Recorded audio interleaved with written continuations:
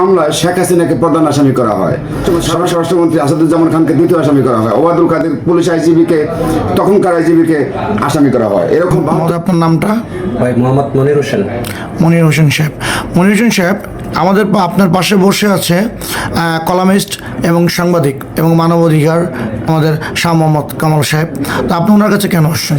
আমি ওনার কাছে আসছি ভাই, আমি খুব ক্ষতিগ্রস্ত, এবং কি উনি আমার কাছে আসছি এলো আমার ছেলে একটা জুলাই আন্দোলন একটা গুলি খাইছে। তো গুলি খাওয়ার মধ্যে মনে করেন এক উকিল আমার বাসায় গেছে, বাসায় যাইয়া আমার নাম্বার নিয়ে কিভাবে আমার বাসায় গেছে, বাসায় যাইয়া সে বললো ভাই সরকার থেকে আপনার ছেলে যে গুলি খাইছে কোনো অবদান পাইছেন কি না? তো আমি বললাম কি না ভাই আমি তো কোনো অবদান পাইনি।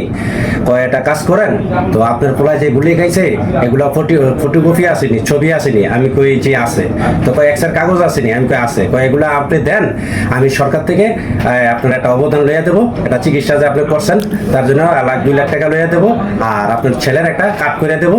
হ্যাঁ, এই কথা বললা সে আমার থেকে এগুলা নিয়েছে। উকিলের নামটা কি? উকিলের নাম হইলো রয়্যাল। রয়্যাল সাহেব যে আমার কাছে বাসায় গেছে, ওনার সে নাম হইলো রয়্যাল। তো সে এগুলা নিয়ে হ্যাঁ করে নিয়ে মেন উকিলের নাম কি? মেন উকিলের নাম হইলো সফর। আচ্ছা, উনি কি ঢাকা সিএমএম কোর্টে? জি। আচ্ছা আচ্ছা, সর্বোপরি আমি গণমাধ্যম কর্মী কামাল সাহেবের কাছে আসি। জি কামাল সাহেব, যে ওনাকে এই বিষয়ে আপনি কতটুকু আপনি সাহায্য করছেন বা হেল্প করছেন বলুন তো একটু। আসলে সত্যি লোকটা ক্ষতিগ্রস্ত বা বিপদগ্রস্ত, ঠিক আছে, ওনার ছেলে জুলাই যুদ্ধ, এটাও ঠিক আছে। এতে যাই হোক, আমার সাথে ওই লোকের পরিচয় ছিল না, যে কোনোভাবে হোক আমার কাছে উনি আসছে। তো উনি আসছে, একটি আইনজীবী তার সাথে প্রতারণা করছে। ওনার ছেলে জুলাই যোদ্ধা, ওই সুবাদে ওনার বাসায় গিয়া উকিল সফর আলী একজন দালাল লাগায়, তার নাম উকিল রয়্যাল। তো সফর আলী হলো সদরঘাটে কাজ করে যত সম্ভব। তো রয়্যালকে পাঠায় যে ওনার ছেলের নাম মুজাহিদ। ওই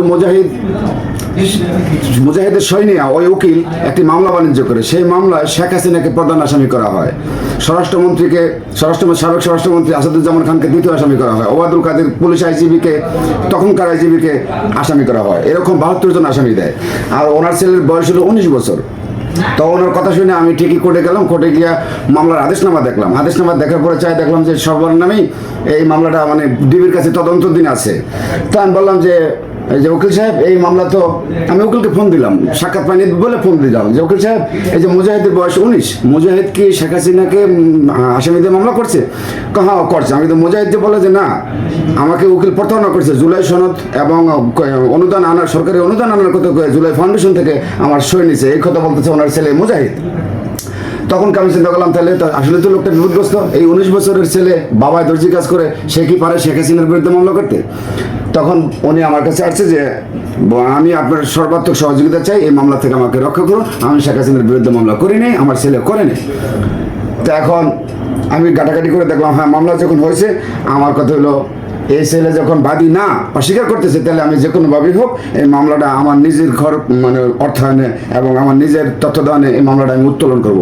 অর্থাৎ বাঁচলো ওনার ছেলে, বাঁচলো শেখ হাসিনা। এই মামলাটা মানে আমি উত্তোলনের পরিকল্পনা করছি ইনশাল্লাহ। তো যাই হোক, খুব শীঘ্রই যত সম্ভব এই মামলাটা উত্তোলন করা হবে।